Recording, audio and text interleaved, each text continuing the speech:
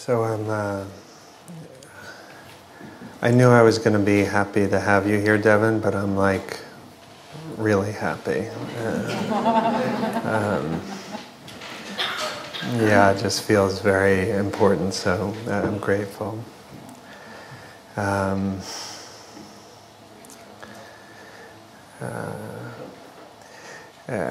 Earlier today I was talking to an elder from our community. I was saying that,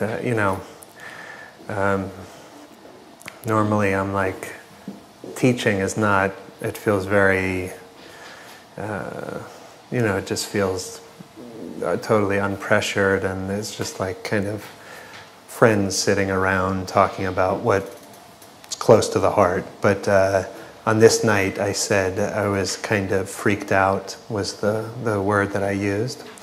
And what he said was, he was like, I want to actually reframe that, to say that what you are feeling, or the complex threads of emotion coursing through the sangha, yeah, and I hope in both our comments here tonight, but also as we move forward, that we find some way of actually what may be impossible or paradoxical, but to find ways of aligning with all of the different stakes that people have in this. And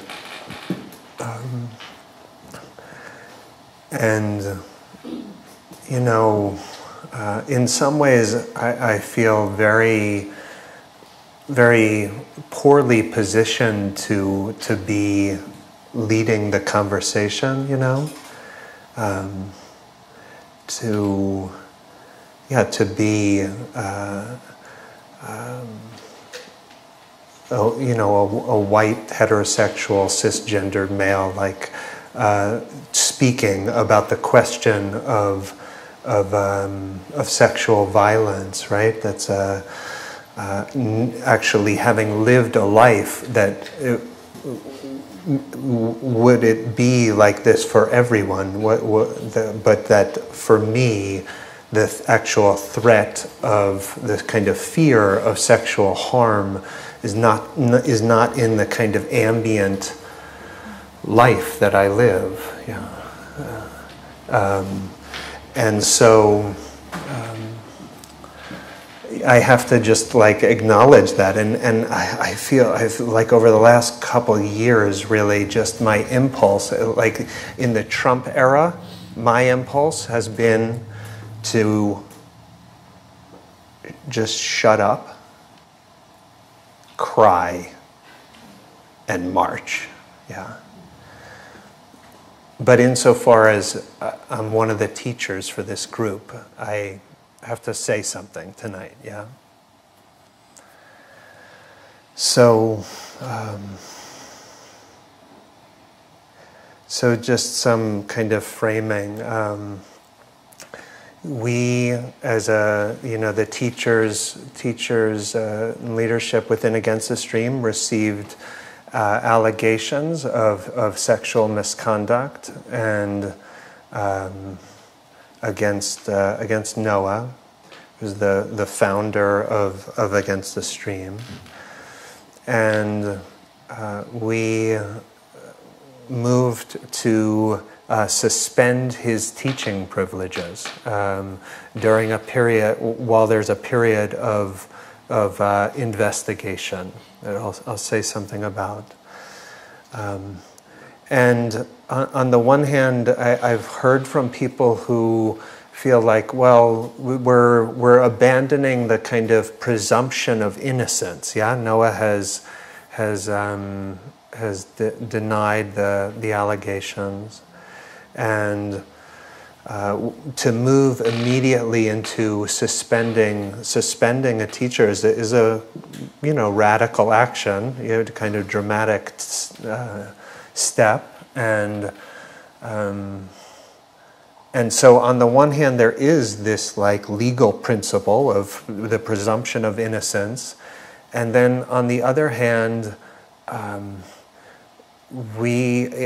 our culture and spiritual communities have a kind of long history of erring on the side of the judgment of the man in power and being dismissive of the claims of sexual harm that people allege, yeah? And it's becoming clearer and clearer, like at this cultural moment, that an overdue moment, but that kind of default assumption of privileging the claims of a person in power is no longer tenable, yeah? And so that was the rationale in that decision. And so, for us, like we, as a teachers' council, which is six teachers, like we kind of found ourselves in sort of uncharted territory, and are like have learned in the steps that we have taken, and now have actually support from outside sources that can actually guide us in a process that is coherent and fair and attempts to safeguard the hearts of the people involved and support the sangha. And so there is a kind of an ethics and reconciliation process that we have that's part of Against the Stream.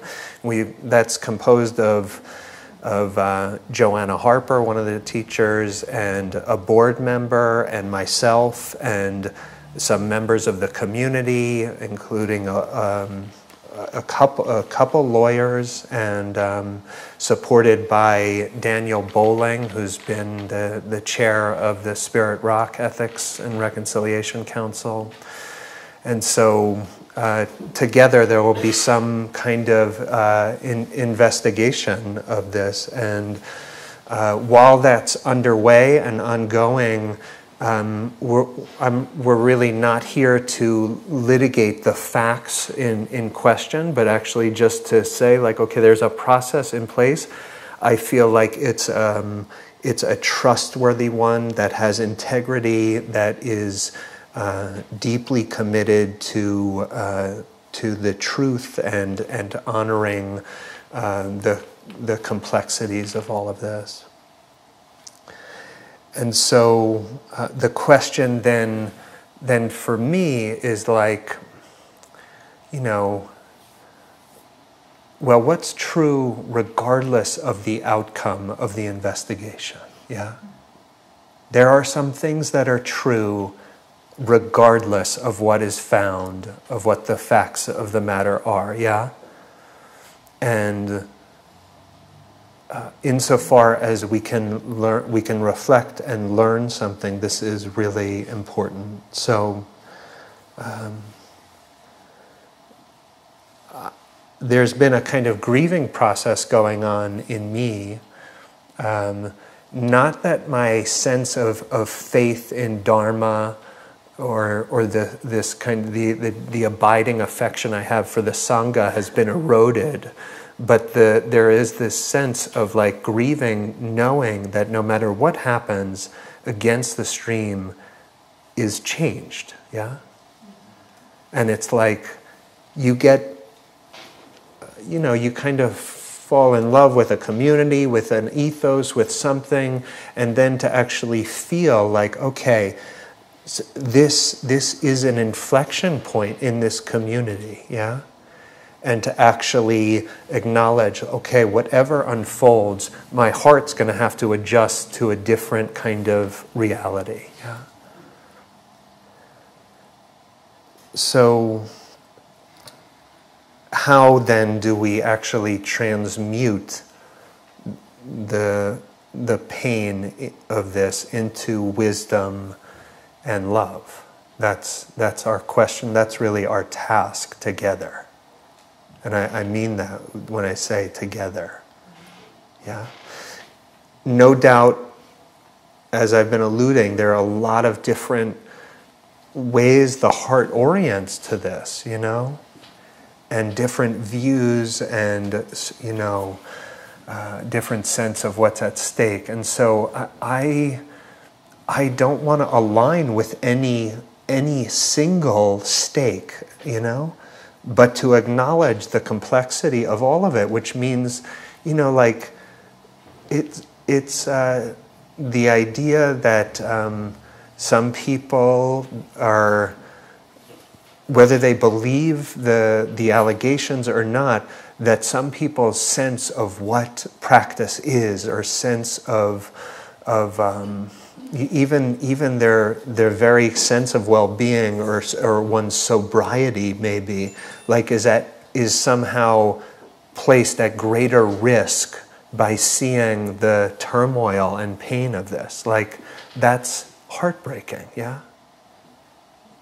And then there are people who may have very different stake in this. The people who, for example, people whose lives have been touched by sexual violence, and to have that be in the kind of field of our spiritual practice, and the way that kind of, potentially erodes the sense of safety, like, that breaks my heart too, you know? Yeah. So,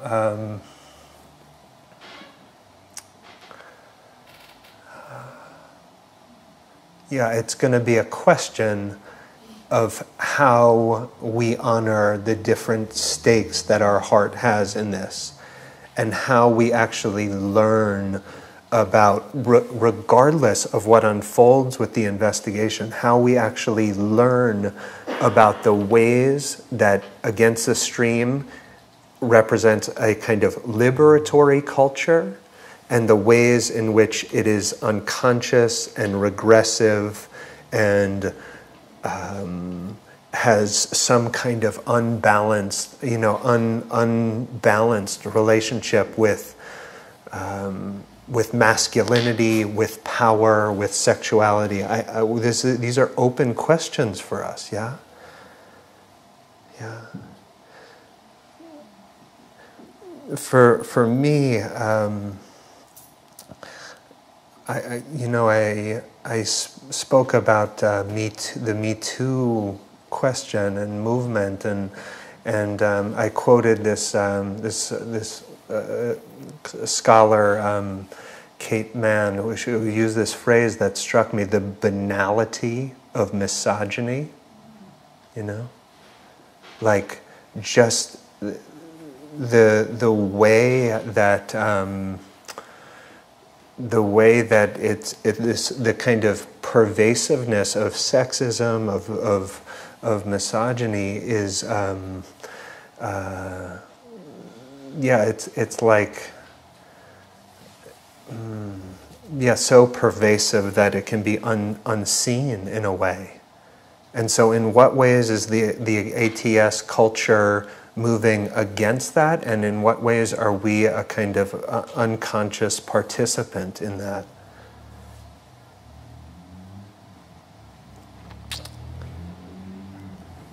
Make of yourself a refuge for all beings. Yeah, that's the plea from the Buddhist texts. Make of yourself a refuge for all beings. Yeah.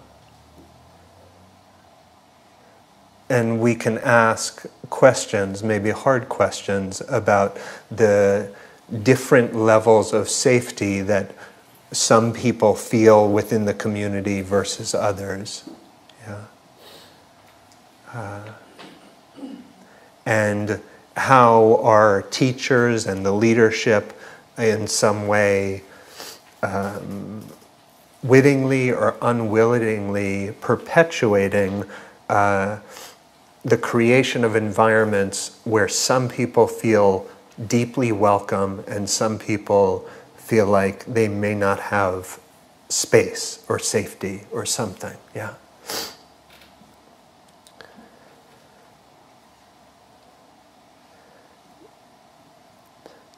This is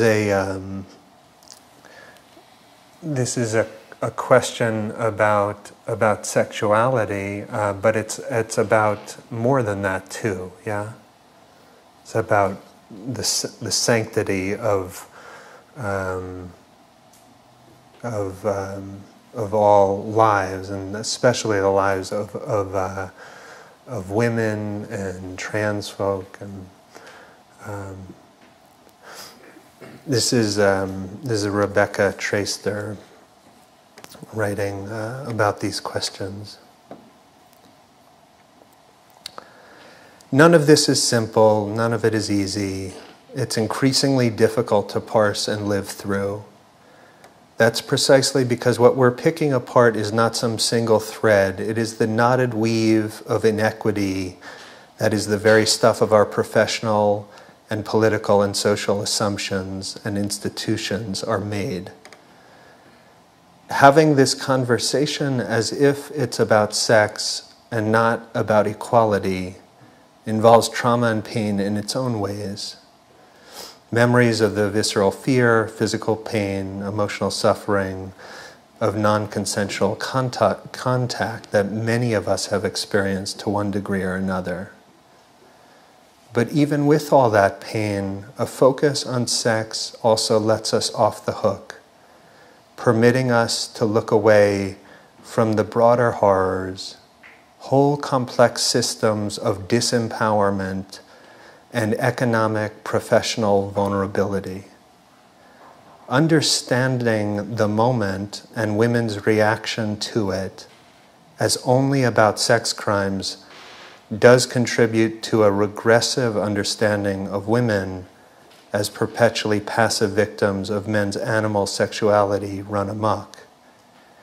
And while I share the fear that this moment will end with a recommitment to patrolling women's virtue and undermining their sexual agency,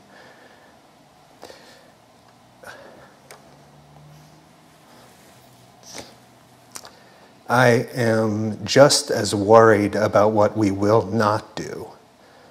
That thing that is harder and more uncomfortable and ultimately inconceivable. Addressing and beginning to dismantle men's unjustly disproportionate claim to every kind of power in the public and professional world.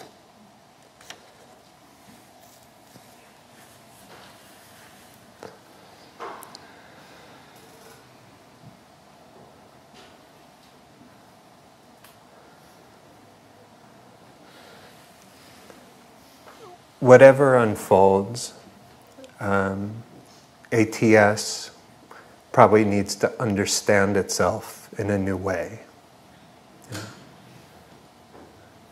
That there's some, just as we are all on our individual path towards more understanding, liberatory understanding, that organizations need some kind of self-understanding too. And there's more for us to learn. Yeah. And in that process, I hope that we can offer each other refuge. Yeah. That through our kind of patience and willingness, sincerity, love, radical, courageous self-honesty, that we can actually offer each other refuge. Yeah. And we can take refuge in each other. Grow together.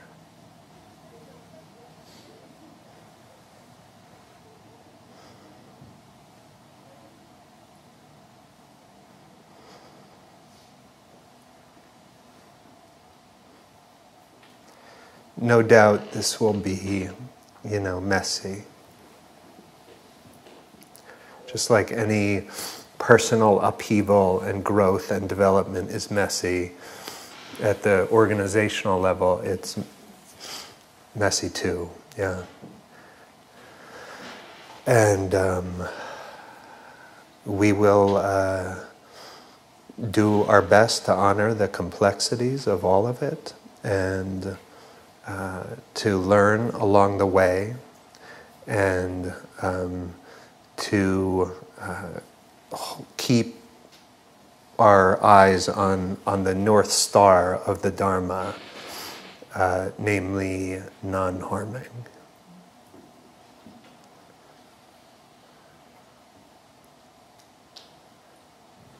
So may we do this as well as we can.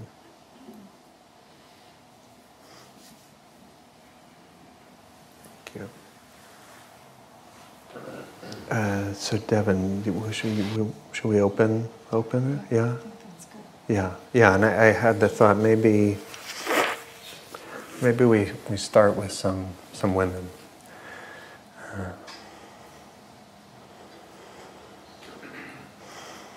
Please. So I'm curious in terms of the people who are doing the investigation. I only heard you mention people who sound like they're all part of the community in some way. Mm-hmm. And that's concerning to me because it seems like people would be biased, especially if you're like friends with someone or you've known someone for a long time. Yeah. I really think it's important to have outside people investigating. I'm kind of curious if that's the case, or if not, why not? Yeah. There is one outside person, and maybe it's not clear. It's early in the process, but it may be your concern is well taken, and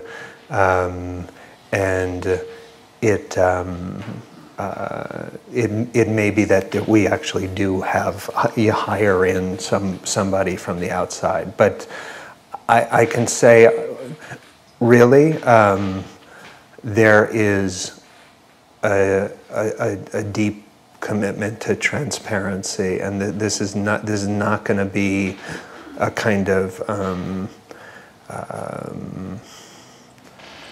meeting of friends, kind of like doing this in an insincere way. I can promise you that. Yeah. Is it like a financial reason that it wouldn't just obviously be an outside consultant or something for like the entire process? There definitely are some financial considerations, but we're being the consultation that we're getting is going to sort of like determine the course of action with that.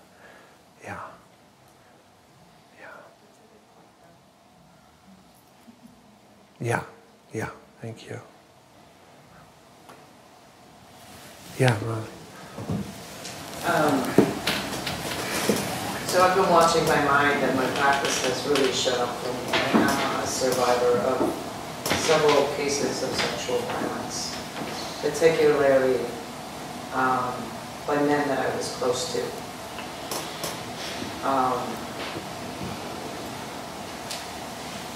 And I've watched the stories come up.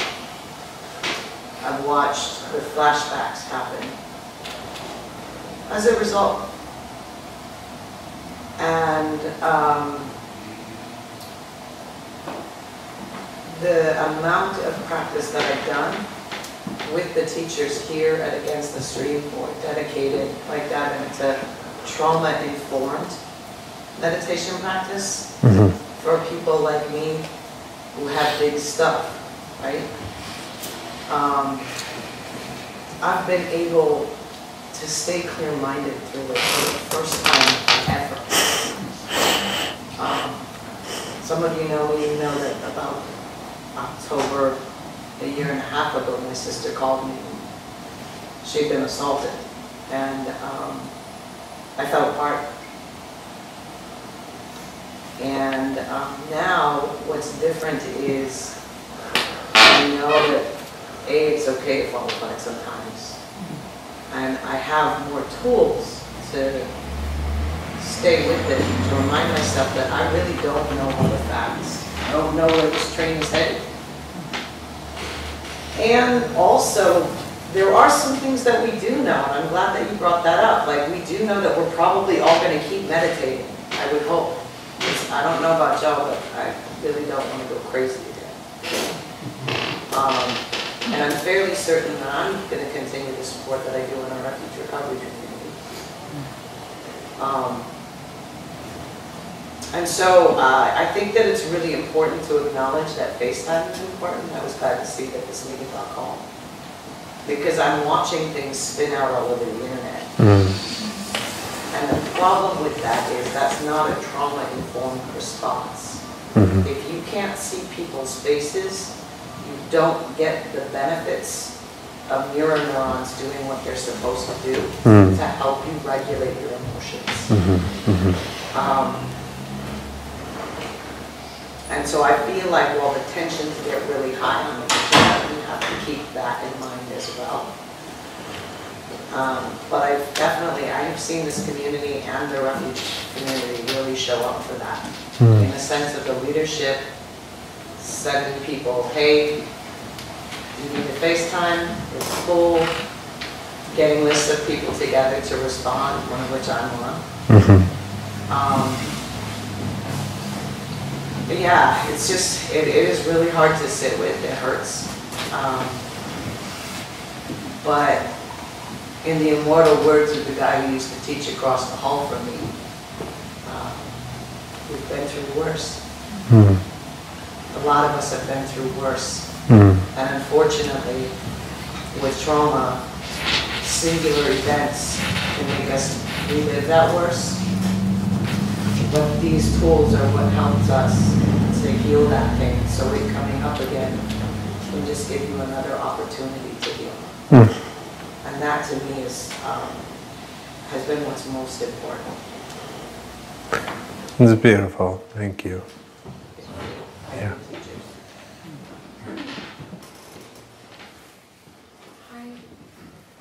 Appreciate everything you've been saying, and it's super important, and I can see that, to bring this into the sangha. It's fascinating and it's heartfelt to witness this shift happening. And maybe I feel like I'm the only one who, I don't know what the fuck I think or feel right now, but part of me thinks the innocent until proven guilty thing, and I don't understand why it's kind of gotten this far if Noah has completely denied it.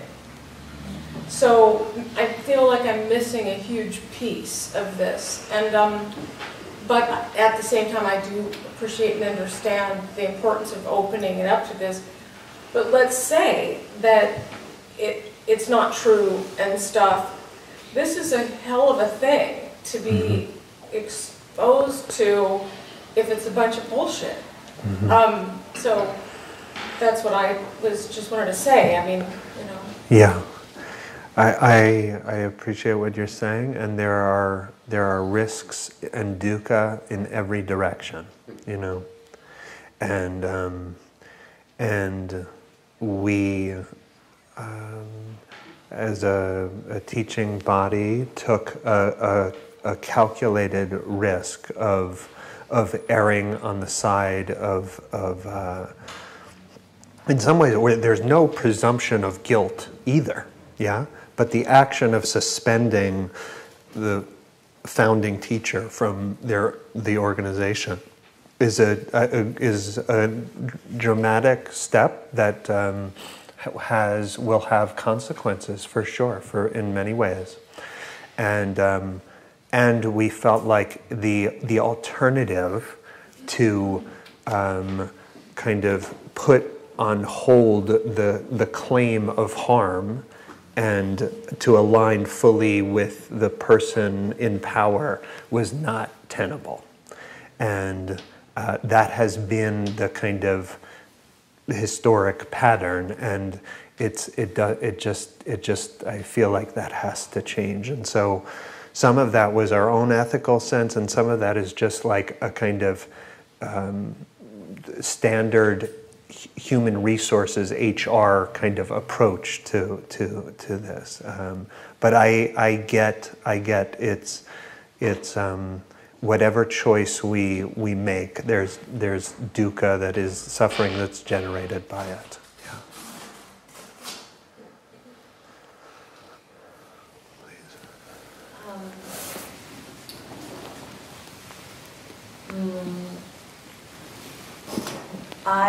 Gosh, I feel like really nervous about talking about this, but I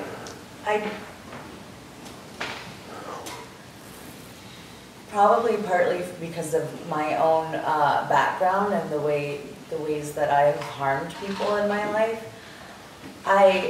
Especially in this community and in other communities of people that I know, there's a lot of, like people in recovery or whatnot. I just go through my life assuming every single person is kind of a creep. And like myself included, like I am sure that I have definitely conducted myself in inappropriate ways, and I have experienced that from partners that now in reflecting upon things I can be like, oh, that was really not okay. I just like, I think I have a little bit of trouble understanding, like I felt this a lot with everything in the media over the last little bit. Like I just don't know, like at what point, I don't know, it's really difficult to articulate, but like I just feel like this thing that there's a way that some of the people that are the most useful to me and that I'm closest to in my life, I know have done horrible, horrible things to people. And I still have learned a great deal from them and love them deeply and trust them with my life. And so I have in situations like these, I don't, even if I assume the worst, it almost, as a woman, I feel like this is horrible to say, but it almost doesn't, what matters to me is what somebody is doing right now and how they're conducting themselves and their interactions with the world right now. And so I feel really confused by all of this kind of stuff. Like, how am I supposed to feel? Or like, am I betraying other people if I feel this way? But I really just kind of think, I just assume that everyone in this room has done really awful things to harm people. And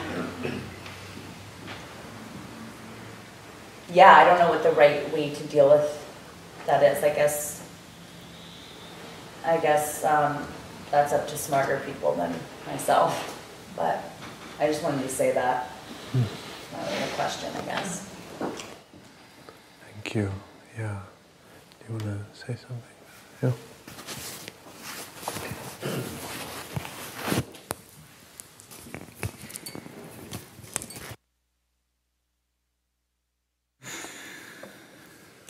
I notice my mind goes a couple different places with this, but I think it can be helpful to move out of the binary of like the good and the bad person, and to move into this place where, especially when we look at like systems of oppression and stuff like that, it gets slanted, and the way that men get socialized and the way that women get socialized and the way that white people get socialized and the way that people of color get socialized, we are operating in a sea of that privileges one and disadvantages another. And so oftentimes these boundaries, and I'm not speaking about the Noah situation because I genuinely have no clue what happened there, but I feel like I can speak to this piece about when you are raised with a level of privilege, it blinds because you're not aware of what's happening on the other side of that. And I can only speak to that as a white person who is looking at my own power and privilege and the ways that I step in shit like regularly because I've just never understood what it was like to walk without whiteness. And so it's not because I'm a shitty person that sometimes my privilege blinds me. It's because I'm swimming in a sea that has advantaged me. And when we talk about this, there's like the way that men have been conditioned and the way that women have been conditioned really plays a role in these things. And I think particularly about the school that I work at, and we have and have had recently a lot of young men come through our door who have been accused and then found actually that they have stepped over the line around sexual harassment, and oftentimes they had no idea. And they're not bad guys, but their socialization means that they don't know that showing a girl a dick pic after she says she's not into it is actually crossing the line. And so, I think if we take it out of the context of oh, that's a bad person, that's a good person, we just swim in this sea. And so, there are places where we're not going to see. And even if we just look at it okay, so we're people, there are places that we're going to have blind spots.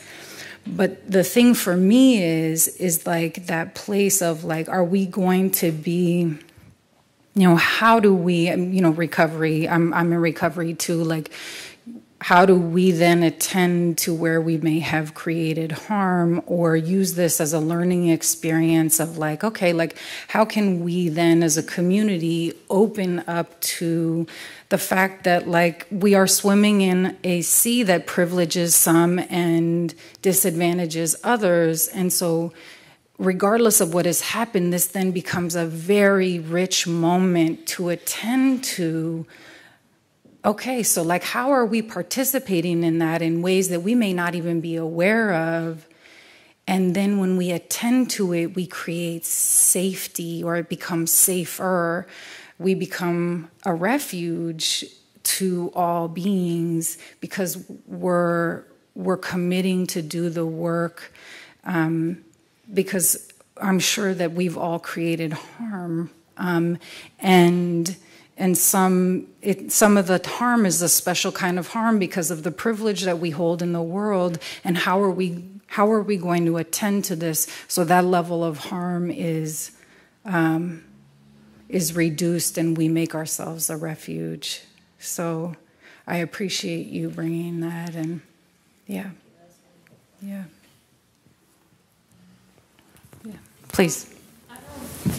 It's kind of vague and it's kind of piggybacking on a few things, but I'm just feeling I didn't realize how much I thought this, the way that I feel about this place is that it's sort of invincible, and that's why I would come is or that I continue to come is because the essence of the Dharma is so pure, and what it brings out in people has been just so boundlessly healing. There's this boundless thing happening, but I just feel so, of course I wouldn't wish assault on anybody, and I hope it didn't happen, but I'm kind of seeing this as a really important growing pain, and I feel we're seeing that in many different ways, but it just feels so important to illuminate something that I didn't really think about here, power dynamics and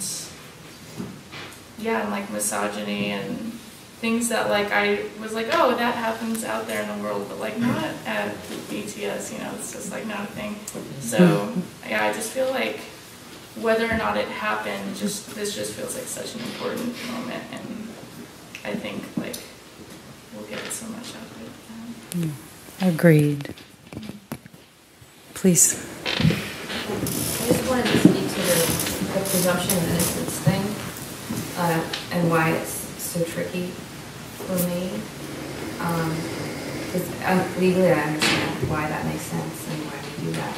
But in this particular crime, the presumption of innocence for the accused is also a presumption of guilt for the accuser of lying about something extremely serious.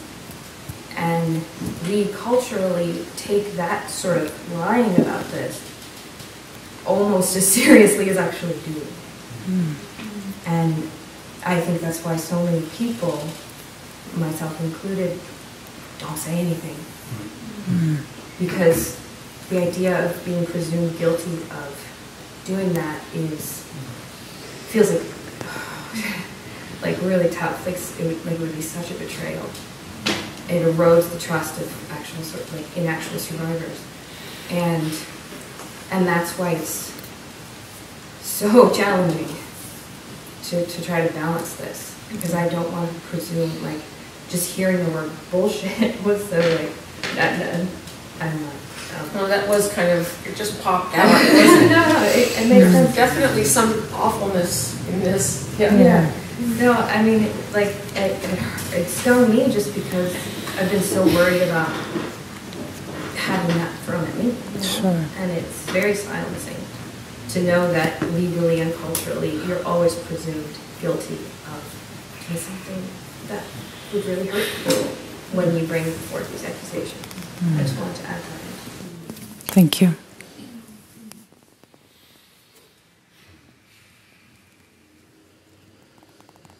Yeah, we can open it up. So, let me first preface this with, I believe all beings deserve equal safety, fair treatment. I know I'm a white male, but I was raised to honor our elders, respect our women, and guide our truth, and that's how I was raised, man, you know? And what really affects me more is like what you said, which is what a shame that we have this amazing place that now might be tainted for people to come in because they're worried about safety, right? That's because this place is the bomb.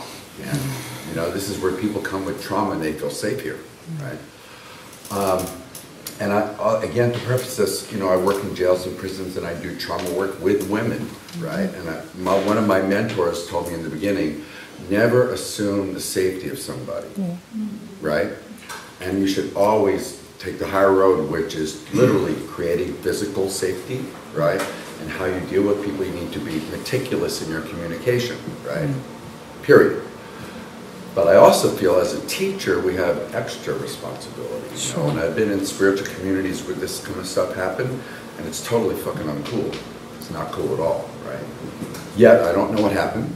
So, like, I'm not jumping to any conclusions, and I just hope the most important thing is it's done with justice and safety and fairness, right? But like you said, in the end, no matter what happens, I kind of like the position the board has taken, because we're taking the higher ground and we're like saying, you know, we stand for higher justice, period, you know, and whether it's our founder or not. So, like, I like the message, because the message is about the practice, right? And I can't make any judgments about any of that. I just think it's really important that we're meticulous in our interaction with people, man. You know, it makes me really, this just makes me even more careful and more aware of how I deal with people, and to always create a sense of safety and receptivity and sensitivity to people, and being really careful.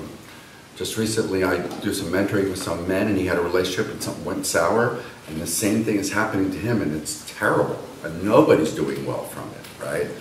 And so it just made me, and I said, you know, maybe you just want to release yourself from this and just stay middle ground, you know? So we all have consequences from our actions, right? I think the medicine is like, how do we deal with it, right?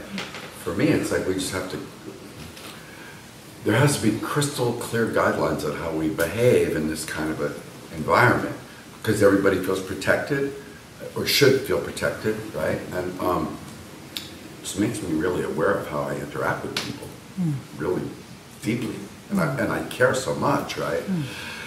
And I want to give compassion to both of those people, since I don't know, right?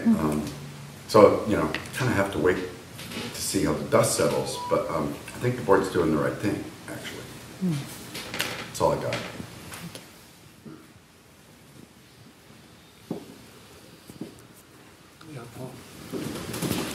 I just want to emphasize that this community is not one person, and that's the strength of it. I looked up to Noah personally, and his work has gotten me through some hard times, but this community has gotten me through more, and we're still here regardless of what happens either way. This is not a guru-based practice, and Noah is not a guru, and there's anyone else here. So we can hold together regardless of what happens.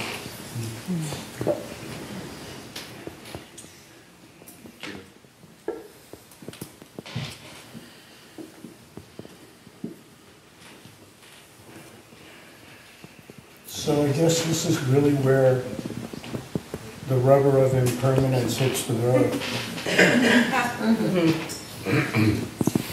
This organization has always been sort of fluid and changing since I've been around it for the last 6 or 7 years. And now it's this big dramatic sort of change, regardless of what happens. And while what happens matters,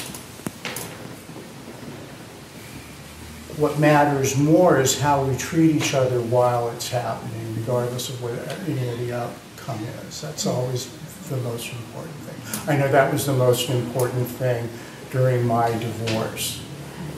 And the years leading up to it, regardless of what was going to happen in my marriage, what was really important is how we treated one another while it was happening. And we were both very much aware of that. And we acted accordingly, and it worked out okay. So I think that's what's really important now, and I think you spoke to that, and I think that the broader question of women and people who identify as women feel safe and feel heard in this process is super, super important. Thank you.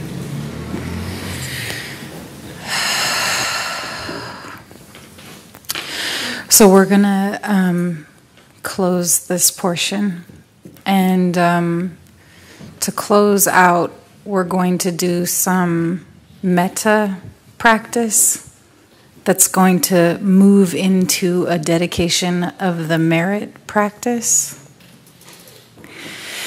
So everybody go ahead and find a position that's comfortable for you.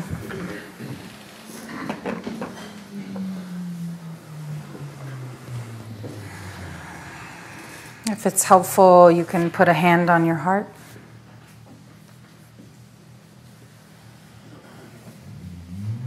Taking a moment to reconnect with the body.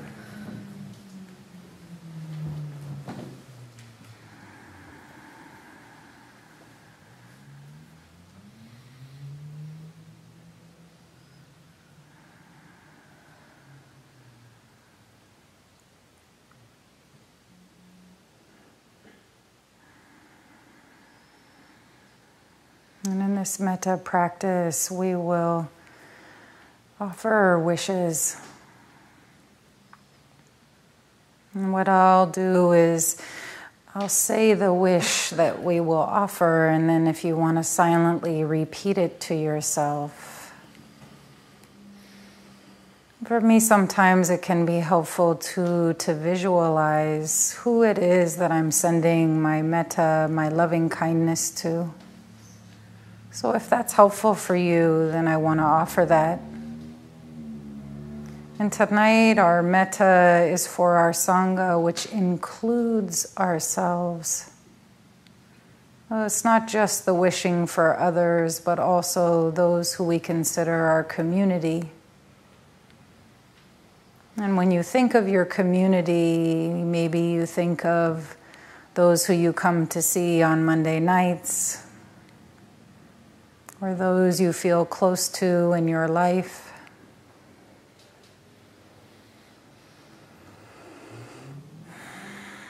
Those you practice next to. But whoever comes to mind when I say community, those are the people, us included, who we'll be offering our loving kindness to. So our first wish, may we be happy. Feeling that genuine wish from the heart, may we be happy. In the face of whatever arises in our lives, may we know happiness.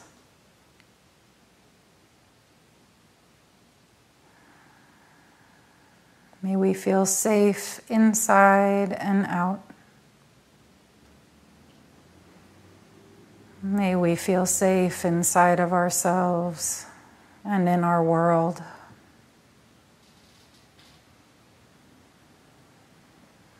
May we feel healthy and strong.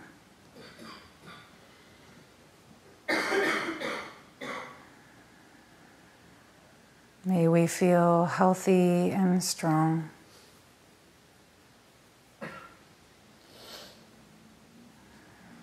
May we know peace.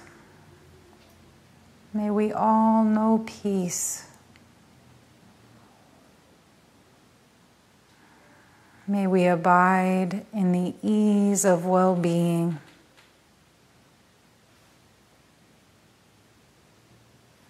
Imagining those that we're wishing this to, may you abide in the ease of well-being.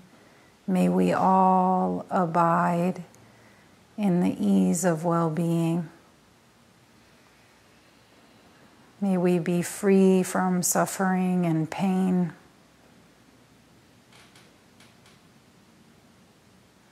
May we all be truly free.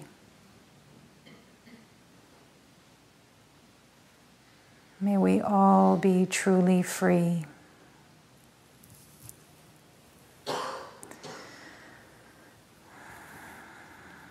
With the goodness of these wishes and any goodness that came from us practicing and being together tonight be dedicated to the liberation of all beings everywhere. May we find the light in the darkness, safety in our connections with ourselves and each other. May we all be truly free.